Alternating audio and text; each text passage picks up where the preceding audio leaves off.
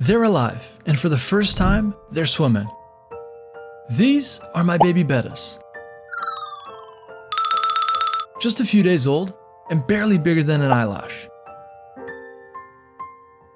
Their dad, Meep, has worked super hard to get them here.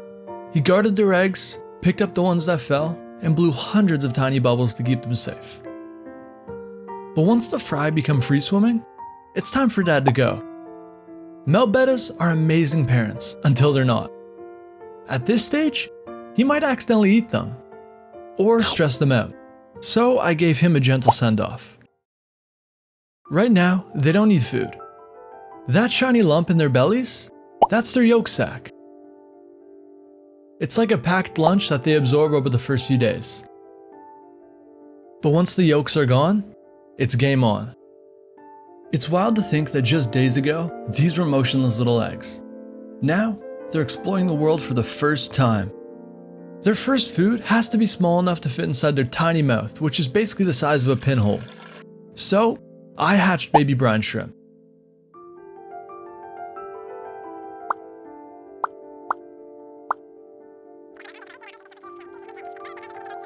These are full of nutrients, constantly wiggling, and just irresistible to the fry. And this was the moment that everything changed. Some fry immediately chased them down, like tiny torpedoes. Others kinda just hovered there, like, wait, what do you want me to do now?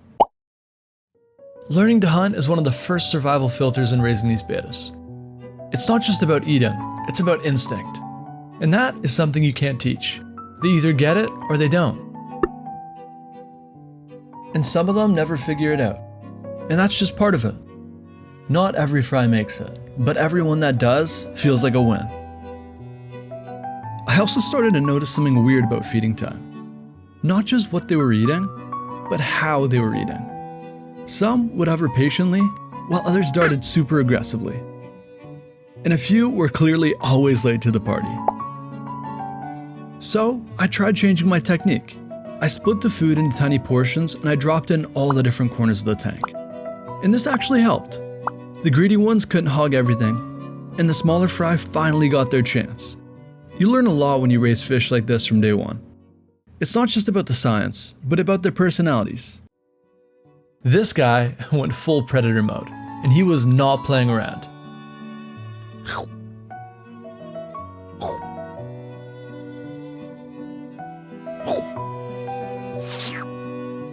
Meanwhile, his buddy over here straight up refused to eat.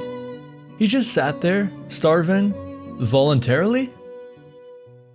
This first week separates the go-getters from the drifters, and the difference starts to show quick. The eaters will fill out, and you can see their bellies turning orange from the brine shrimp, but the others, they kind of stay ghostly. But don't count them out yet, some just take longer to figure it out. The days kind of blur together. You feed them, clean their tank, and watch them change. At first, it's hard to notice. Then one day, you realize they're not just surviving, they're growing. Now, one thing people don't really realize about raising fry, they're pretty messy. All those tiny mouths mean constant feeding. Every morning and every night with brine shrimp. And that also means constant cleaning. I did water changes every other day after a couple weeks. This is because in the first couple weeks, the water stability is super crucial. Babies need super stable water to stay thriving. Every few days, there's a new milestone. A fry will dart quicker, one will start staring at his reflection, and another figures out how to grab food off the surface. It's subtle, but you notice it when you're watching closely. The way they swim changes, the way they react. They're still tiny, but they're becoming fish. Some are even starting to show signs of dominance, while others stay in their line and eat peacefully, with little personalities forming.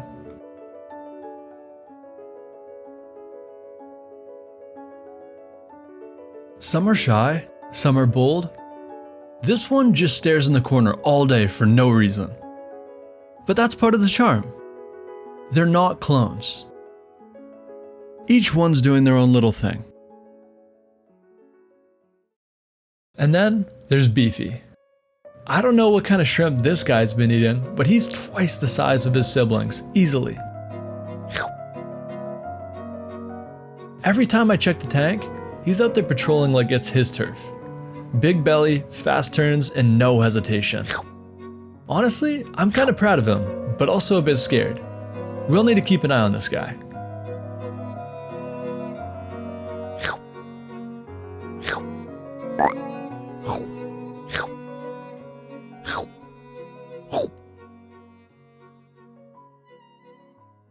Now, I've kept bettas before, but watching them grow up from day one, that's new for me. And honestly, it's kind of wild. These little guys started as tiny dots under a leaf, and now they're darting around like they own the place. Now, it's been almost a month since these guys hatched. Some were slow to start, and others sprinted from the beginning. But every single one that's made it to this point has earned it.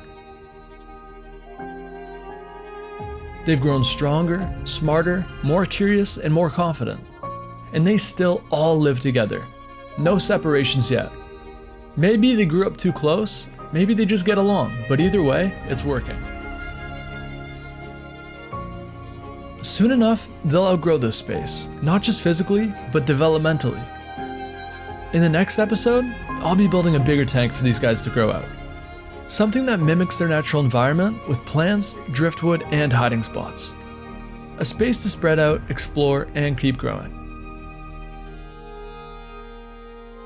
So from floating tiny specks to strong little survivors, their story is just getting started. Raising betta fry is honestly one of the most hands-on things I've ever done in this hobby. You're not just feeding fish, you're watching every little cue. Are they eating? Are they swimming right? Is the water clean enough, but not too clean to crash the cycle? It takes a weird amount of patience, precision, and then obsessively just staring at dots in the glass for hours. But when you see them grow and chase food, you realize you're raising tiny lives, and it's kind of wild that it actually worked.